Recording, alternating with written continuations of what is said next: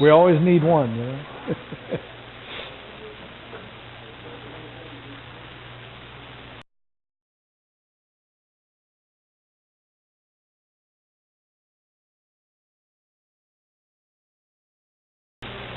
Okay, a couple of things. Did have one person come up and ask me if I have ever sanded using walnut oil.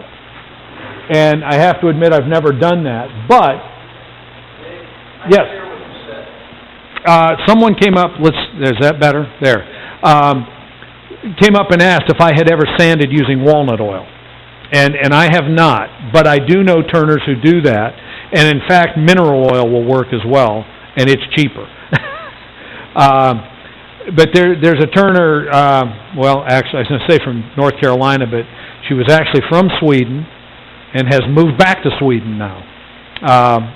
But she actually retired and quit turning. But Lissy Ulen was her name, and she turned little bowls. Just massive pieces. They had a huge lathe that was just a faceplate lathe that didn't have a tailstock, and literally she sat on a chair in front of the lathe to turn. So it was a different kind of setup. But Lissy was great, and her husband was originally the turner, and he actually got hit more than once by pieces coming off the lathe. And in the end, he got a brain tumor and died, and they felt that it was from one of those blows that he got from the lathe. So Lissy was a little more careful about how she did things than he was. But they sanded everything using mineral oil. And they would just put it on, and they used the snap lock discs are the kind that they used all the time. And she had discs laying all over that she claimed were 20 or 30 years old.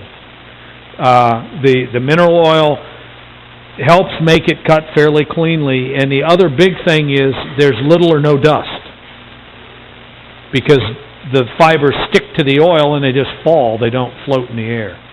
So, it's one of those things that you may want to try. Yeah, Harry from Woodcraft told me you don't use a razor without using shaving cream. And that's what that's all about. That's a lubrication for your blade. Yep, there you go.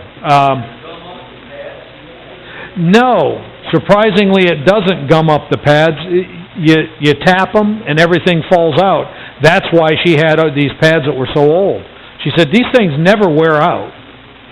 And they wouldn't, partially because a lot of what we do in sanding with power sanding, the heat destroys the discs far before that grit on there gets worn out. And so the oil also cuts down on heat. So there's probably 100 reasons why we should all be doing it, and we don't. So, that's sort of the nature of it. Now, one thing I will tell you that I commonly do is especially like a walnut that wants to fuzz a little bit. Before I start sanding, I will brush on a coat of Deft, just clear wood finish, cut 50% with lacquer thinner, so it's very thin, and I want it to be thin, and you just brush it on.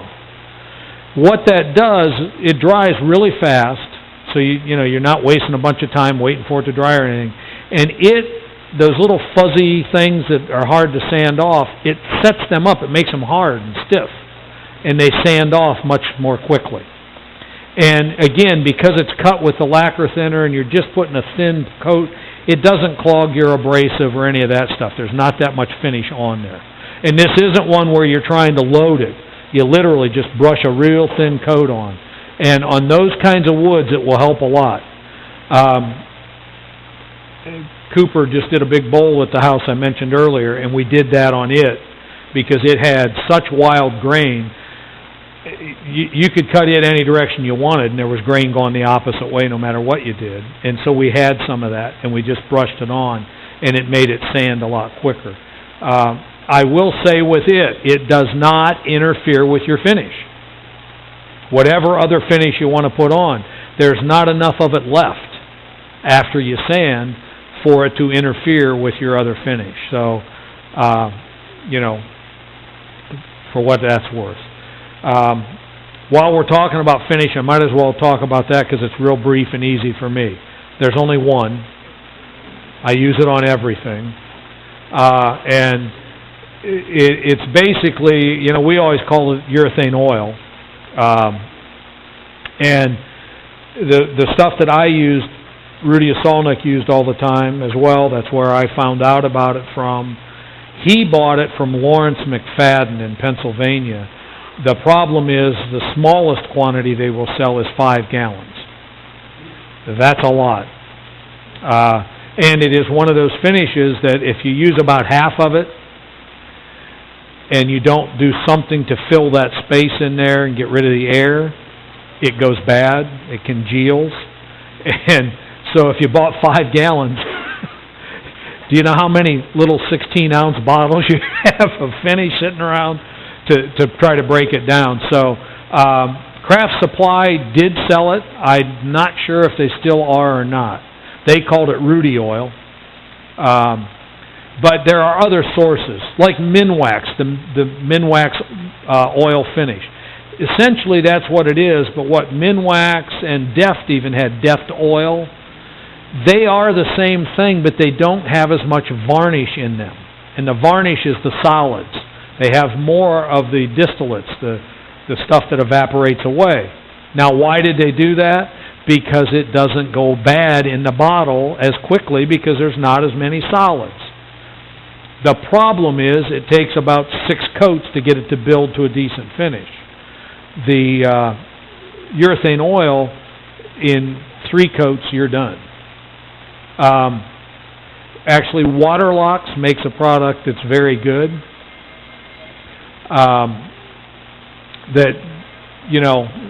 It can't be mine. I silenced it, so I've got that same ring. So anyway, the Waterlocks finish works pretty well too, and it's the same kind of thing. What I normally do now is just make my own, buy a good spar varnish. There's a million of them out there.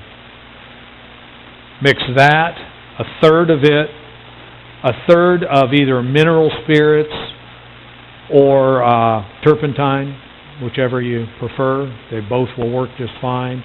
And the other third is either boiled linseed oil or tung oil.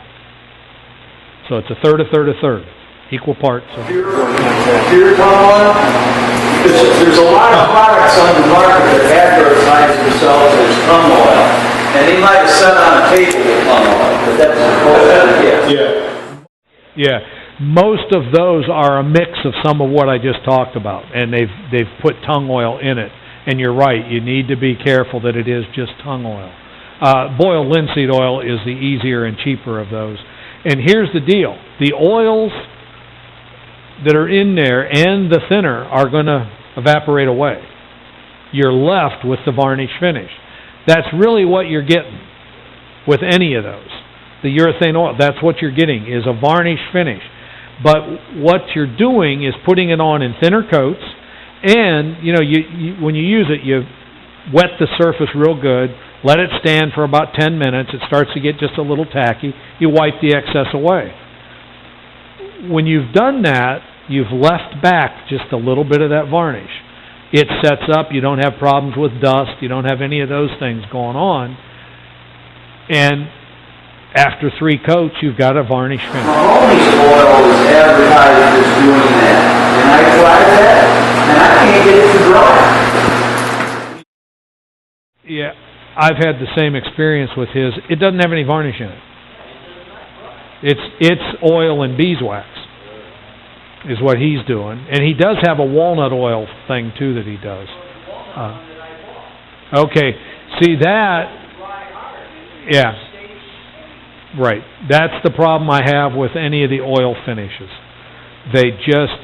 Straight oil finishes. They don't dry.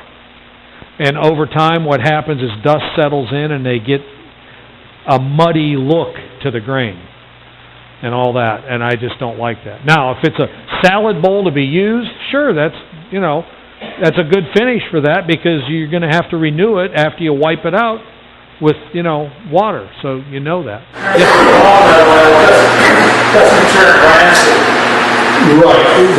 Right, that's the thing. Walnut oil, if you use, almost any other oil, but like if you use linseed oil that's not boiled, it will go rancid, and it gets gooey, but it doesn't get hard. And walnut oil doesn't go rancid, but it also doesn't dry completely. Right. And again, for the sanding purposes, the walnut oil works, but it's also fairly expensive. And the mineral oil acts as a lubricant. That's what you're after for the sanding thing. So when I mentioned those two, those are different than finish. In mineral oil, the problem is that it doesn't dry to a hard finish, and you're always left with that dust can stick to. The three things you said was varnish, oil, linseed oil, and mineral spirits. I use mineral spirits instead of turpentine because it doesn't smell as bad. They both work. Yeah. Walnut oil, that's with pretty thin coats and fixed weeks in coats. It'll take some up there 2 to 3 weeks. Okay. It does harden, it does oxidize, it's harden, it takes a long.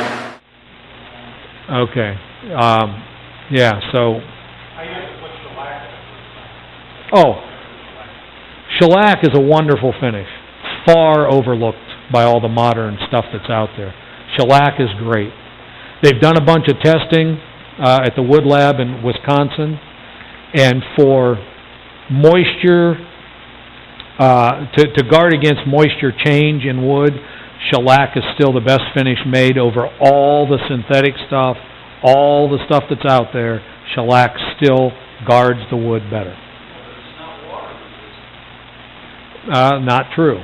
It's quite water resistant. It's not alcohol resistant. That's the problem. If someone spills a little glass of wine or a mixed drink on it, it dissolves the finish completely. Yeah, if it's waxed. They put wax in to make it go on smoother. You can buy unwaxed shellac. You got it. Yeah, just buy the flakes and, mix your scotch with it. And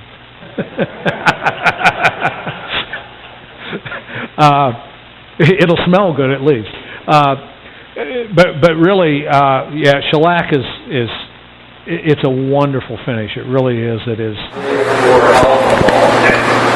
The reason I'm asking, I'm looking for a good finish for wine glass. If you let it dry good, which they say is 72 hours, I like to give it a week to make sure. It is absolutely food safe. Alcohol doesn't cut it. It's varnish. The oil finish that I talked about, the mixture of 3, he was asking how it does with alcohol. What you've got to do with lacquer is all the volatile stuff goes off to the atmosphere, which is why it's getting harder and harder to buy that stuff. So what you're left with is just the varnish finish, and there's nothing in varnish that will hurt you. And as a matter of fact, shellac, there's nothing in it that will hurt you. Most medications, the capsules and stuff, are coated with shellac to keep them from being sticky and dissolving until you swallow them. So when you take pills, you're eating. Yeah, M&M's. Won't melt in your hands because it's coated your shellac.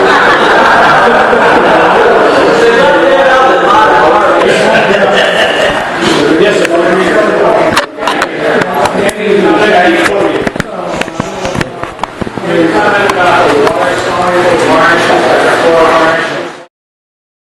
Oh, yeah. He's asking about the water-soluble finishes.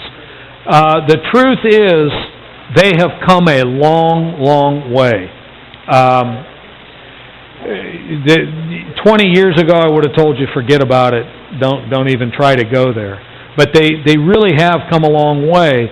And the big deal with them is their solids content is way above even spar varnish. It's got a lot. So what I'm getting at is one coat gives you a really, really thick, deep finish.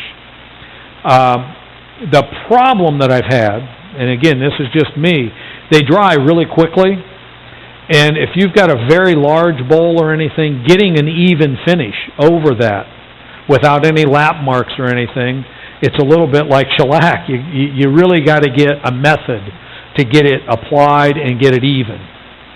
I really need to fool with it some more. I did several years ago, and like I said, they just weren't there yet.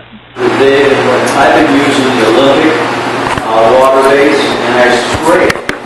And when you spray it, it appears like it sets very fast, but under the surface it takes longer to dry.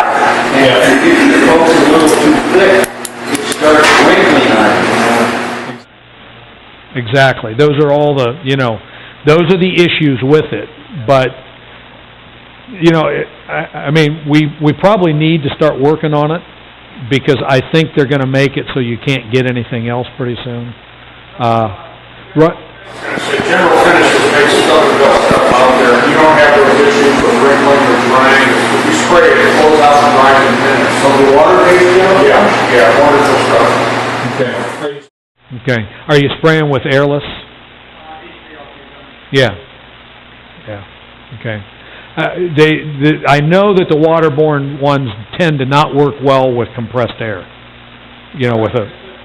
But you're using HVLC. It's right. Those work with thicker materials much better. And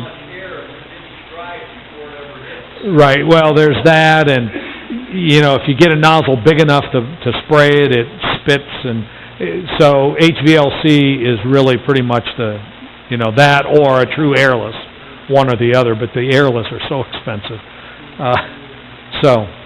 Okay, I think. Okay. Varnish good for something that you want to put alcohol in? Yeah. Straight varnish. It's food safe once it's dried and cured. Straight varnish is fine, and it's very alcohol resistant. Now, they keep making different stuff from the alcohol, so I'm not going to say it's 100%. But yeah, it works. It really does. Evidently. Hopefully they do that after they turn.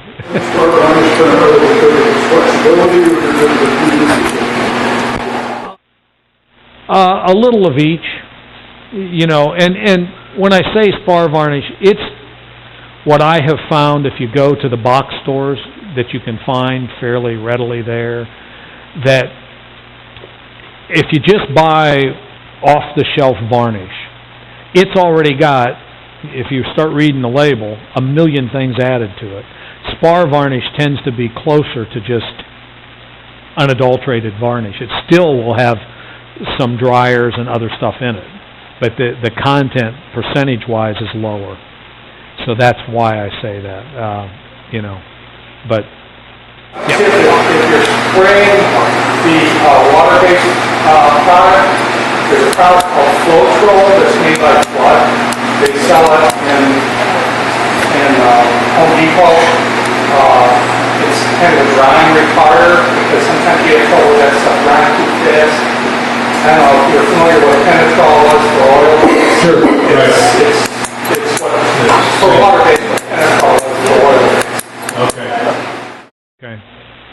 Yeah, so those retarders can help a lot with the water. Varnish originally for the cleaning industry, for boats.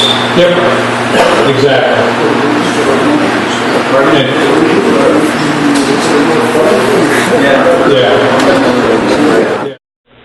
Yeah, the spar varnish is more flexible, doesn't dry as brittle a finish, and it has the UV protectors to help with the, sun fading and doing all that it does.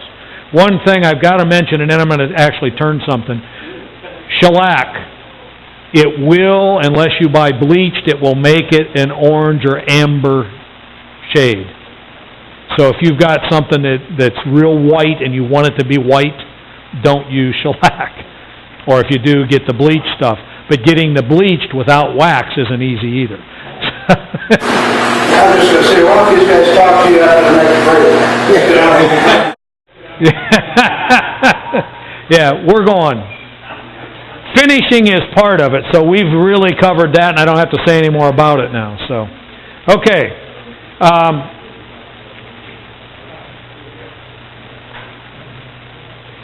I'm gonna start with this thing. I'm just gonna come out here and turn a little bit at the rim. And what I'm really doing now is kind of getting established where the rim is going to be out here, just like I did before, so I know where I'm turning. So the rim's going to be this section, and now I'm going to start the bowl shape down in there. Now I'm going to do one more thing. This is a cheater tool because it's double-ended, and I am not going to get into the whole sharpening thing. If you want, sometime I'll come back and all we'll do is sharpening. But, to get even started on that is just kind of crazy in the middle of a demo. So all I've done is turn the tool around and I've got a fresh end. I've got 2 more bowl gouges back there so that I knew I brought enough I wasn't going to have to sharpen. But I'm starting on the inside. I want a fresh edge. The other one's getting dull. So, just to let you know what's going on. Now what I'm going to do is start down here and just go in, and I'm going to kind of step through this.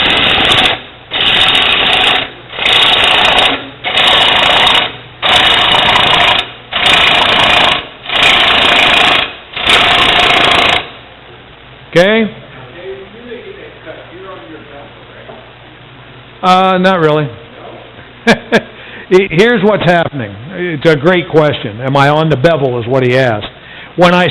Okay. Because there's no, this side bevel, I'm not turning up that severe because it would want to grab. Right. In the end, there's nothing for it to ride on yet. So, let me just make this little cut. There I have no bevel. I'm just kind of pushing it in. When I come here, once I start, you see that little line right there? That's what the bevel's on. And I'm just going down. So that right back there is what the bevel is riding.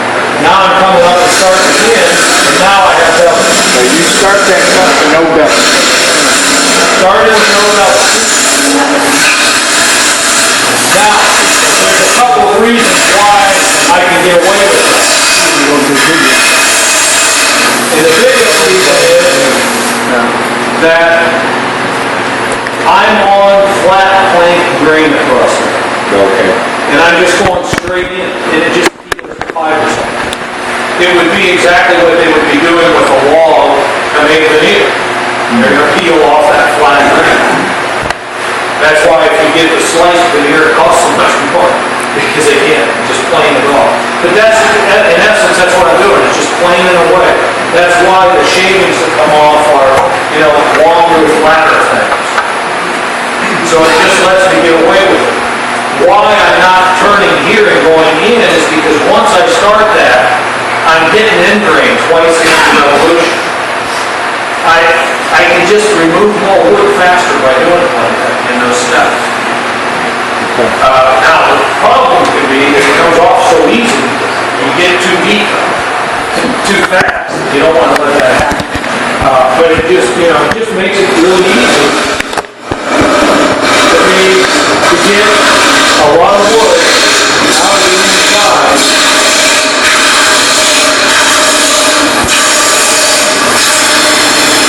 And out here, I'm getting, I'm not there yet, but I'm getting fairly close to where I want to end up. And you don't have to go from the center. I can go back that way. If you go back, I have something set the belly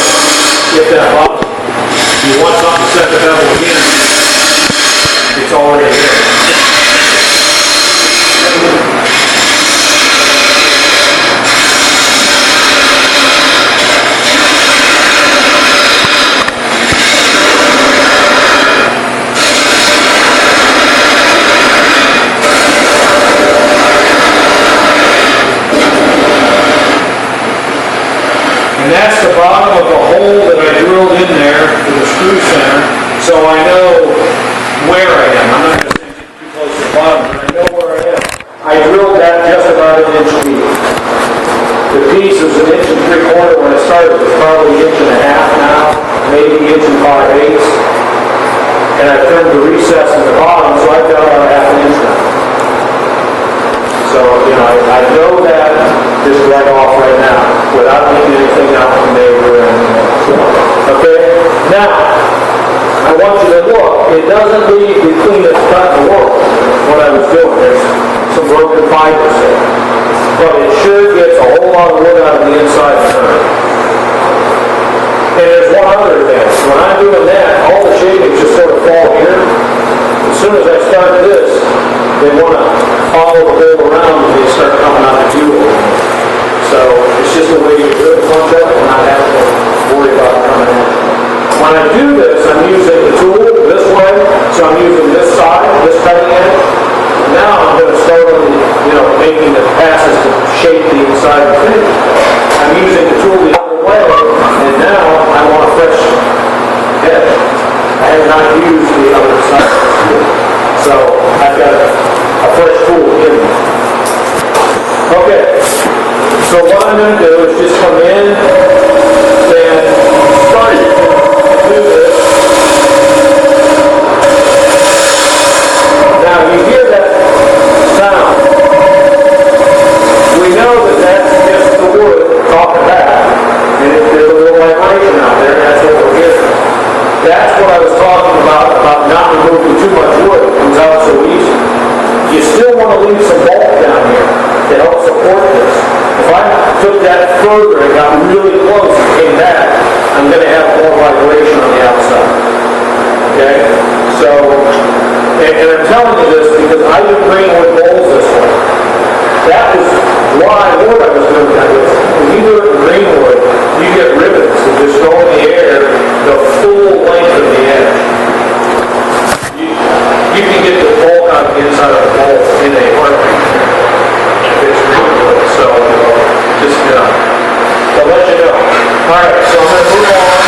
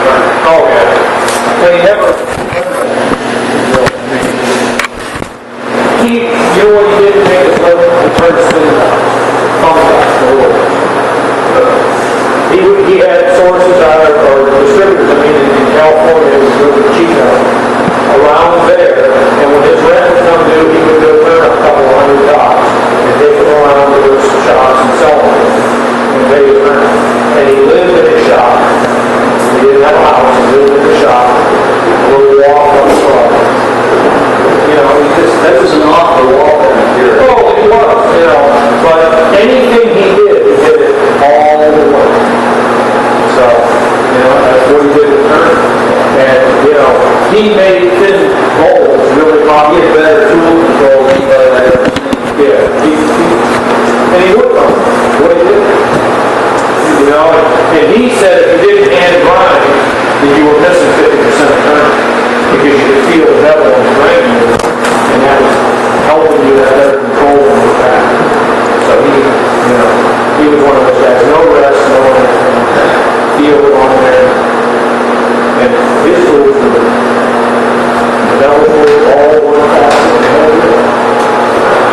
he was good.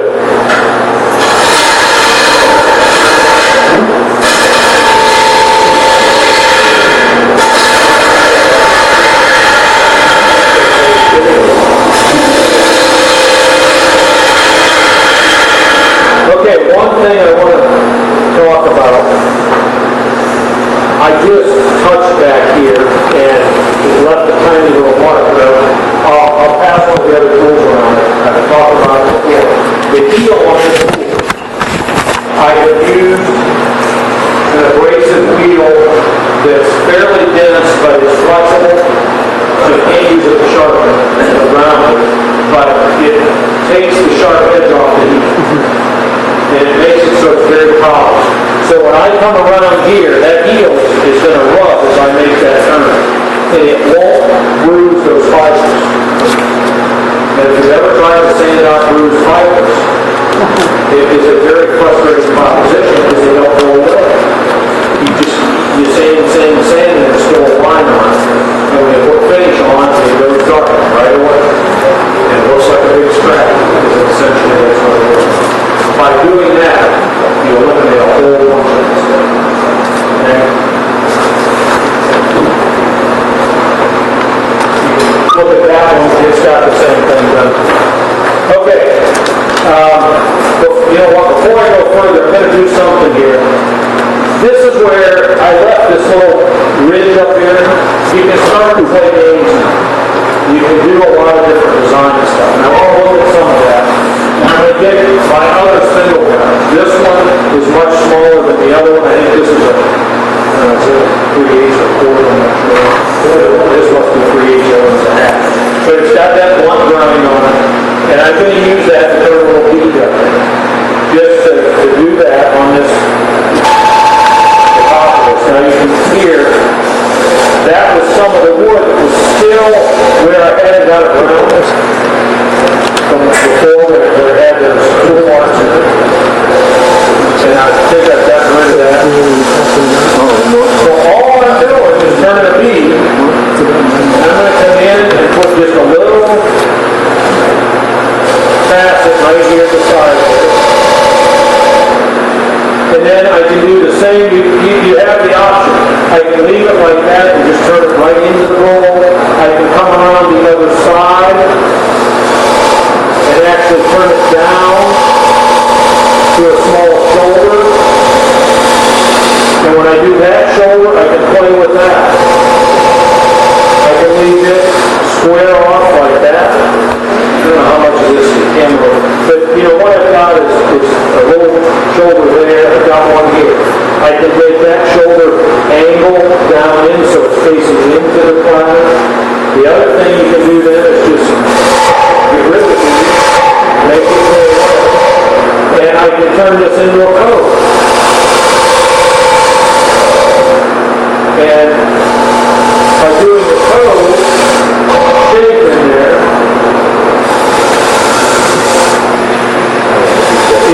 it's an entirely different look when you do that. And if I'm doing the code, I like to put a little shoulder on the other side as well. My point about this is that, pardon me, why did you make that uphill cut? Oh, just to get the shape.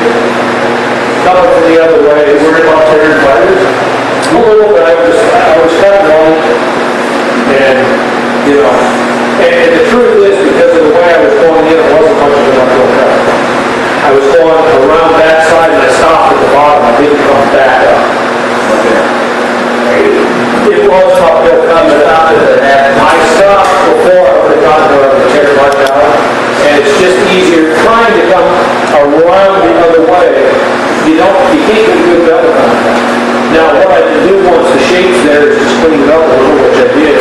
And looking at it, I don't really see any hair out in it. And with this, the major reason I honestly wanted to put this on there, you can't sand that. Not for easy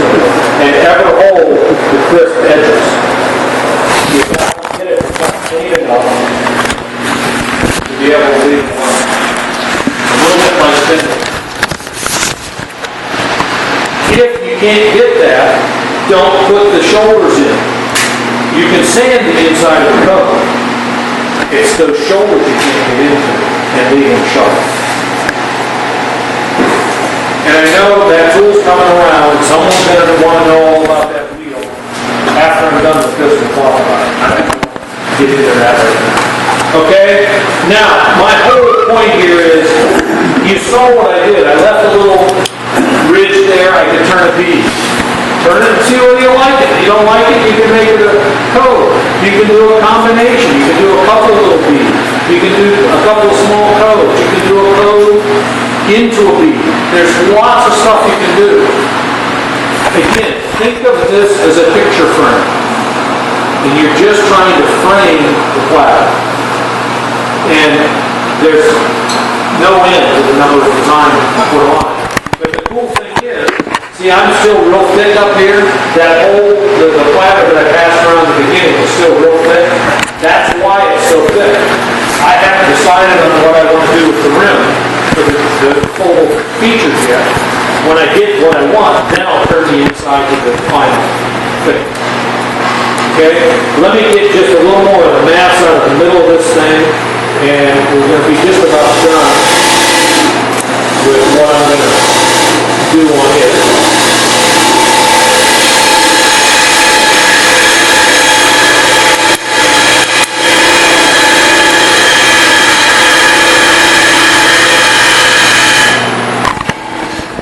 Now, you see how much is left in it. So I've got quite a bit to take out.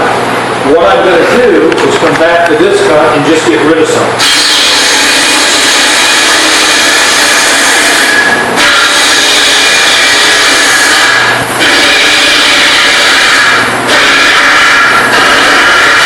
Now, I did that because I want to warn you. It looked like I had a whole bunch of wood. But remember, down here, we're only about a ½ inch thick. And it would have been really easy for me to go in too deep. And kind of where this curves on the outside, you can get real thin. That's one of the places to watch. Okay, so I've got that. Now I can just pick this up. Just start following it right in there.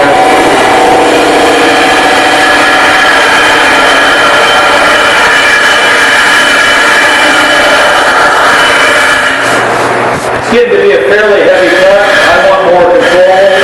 I'm just going to...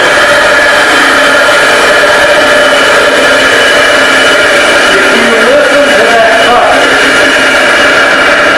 you can hear the end grain twice in every revolution. There's a little kind of almost a tick where it's coming around. And there you can really hear it. Like something's happening.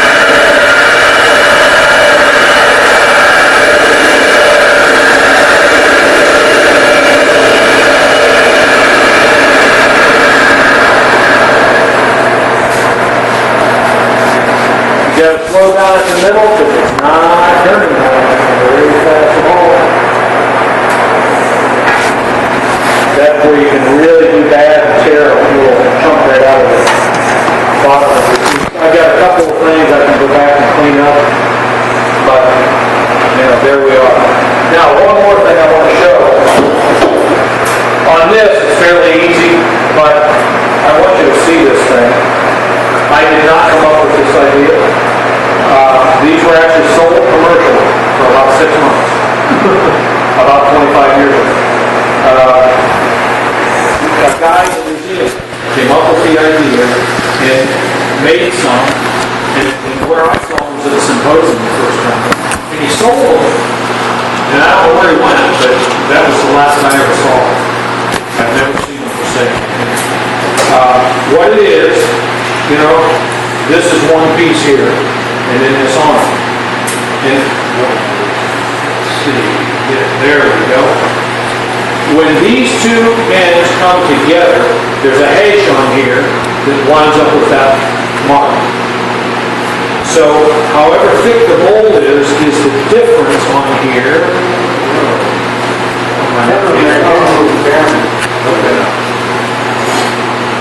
Between here and that mark is how thick the mold is. What I like is it's direct reading. Wherever this is pointing inside, that's how thick I am. And I know that all the way around the piece. And you can see I've still got a little take out down there, like I said, I'm still a little thick right there. Now, down under the foot, it's not going to be as thick, but right in here I've got a little bit that I can take out. But it just direct reads, so I know that I'm good to right there, and now from there on, it's a little bit thicker. This works great for bowls, platters, everything. And you're welcome, if you want to copy it, I don't care. What this is made of is tempered aluminum. It's a street sign. Robert, Tiger sign. Our school had a rivalry with another school that's down the road on Route 93. And I made the plaque with 93 on it of the route sign that went back and forth between the schools who had the one that year. And they gave me like 4 of the signs, and I used up almost all of them. But it's great. It really is. My bandsaw is really old. I can't buy it. It's still a place for it. I got all this stuff. And it cuts on bandsaw fine. But it is tempered aluminum. And so it's stiff enough, but it moves, you know, but it won't hit this thing in there. It's soft and then so, this will be up here. I'm willing to take it apart right now, so you don't have to worry. You know, you can just trace around it on some paper. So, okay. The truth is, I'm pretty much done with the turning of so any other questions or anything that anybody's got, and I'll talk about that wheel. Okay, no questions right now. All right. The wheel. It is available from MSC. I know someone in here knows about MSC. Highland Hardware also has them. So you can get them from them. And Rio Grande is another place. Rio Grande is really a jewelry supply. But anything you want in braces and this, they have it all. And they sell those wheels. And they're, like I said, it's a hard fiberglass wheel that you just run on a shaft, you can put it on the blade, and it is the best thing I have found for polishing. I use it for metal stain, to polish the metal stain tools. It eliminates about 4 or 5 steps it looks like it's really getting the final thing. And they just work so well. They're just called an abrasive wheel. That's the problem. They don't have it. So, you know, that's part of the thing. It's not a Craytex? No, it's not Craytex. Craytex are harder. This is soft. Is it the Norton 55249? That may be. Norton makes them. I think I mentioned it last time. Yeah, I was going to say, you already got the info. I When I found did the last demo in the spring. when I searched for just it, most of the Norton sells them in a pack of 3, which is a little pricey, but you can check other sites and there's one at a time. But Rio Grande, the reason I mentioned it, if you look them up, they have the best price. They place that money. So, and Rio Grande, they have like 3 different catalogs. They do jewelry stuff, so they've got all the little for mounting jewelry to all that stuff. You want the tools and equipment category. And if you go to their website and request it, they'll send you a catalog. Yeah, it's a phone call. Well, 2 or 3. No, they combine the stone setting with the packaging. Oh, all right, okay, so there you are. Now it's just, yeah. some turn things can be really interesting too. You know, they've got little gift boxes and stuff like that, mostly for jewelry, but they do have stuff that works for pens as well, if you want presentation pieces. What was that company? Rio Grande. Rio? Yep. Yeah, Mexico is very bad. So, yeah. Yep, 2 words, and then grand. About day or Brian? I think it has an E in there. Yeah, I recently got a 220 CDMC wheel because there's no wire on it. I've had, you don't need one of those. I've had pretty clean with around in that edge over. It doesn't polish it as well as yours, but I'm finding that I'm not getting any bruising with the tool by just using the CDM wheel. Yeah, and a lot of folks have done 2 and 3 belts to accomplish the same kind of thing. You know, so, what's his name? Johannes. Yeah, he sells tools. He sells an attachment that basically all you're doing is grinding your primary and then you bump it up and do another one, and I think he does 3. And there's nothing wrong with those, but every time I start a tool, I really don't want to have to charge it 3 times to get it done. And the wheel that I've got, I mean, it's mounted right next to my grinder, and it takes 15 seconds to do the polishing. Again, that wasn't the primary use for it, I just found that it did a nice job. But I'm guessing that a 220 would be in fine enough. So far, it's doing a really good job. Yeah, and the thing is, you can free it. Right. You really don't need a jig to get those off. Dave Hout really touches the wood for that. It's a lot easier with it off the guard because I'm doing it on the top of the wheel. Oh, sure, get up there where you can see it. So, there's a lot of ways to accomplish it. The biggest thing I want you to know is why you're getting it. Then do something about it. You know, grind it away, polish it, do something, and you can get rid of that. And the bruising is a real pain to deal with once it's there. They still have a few. Okay.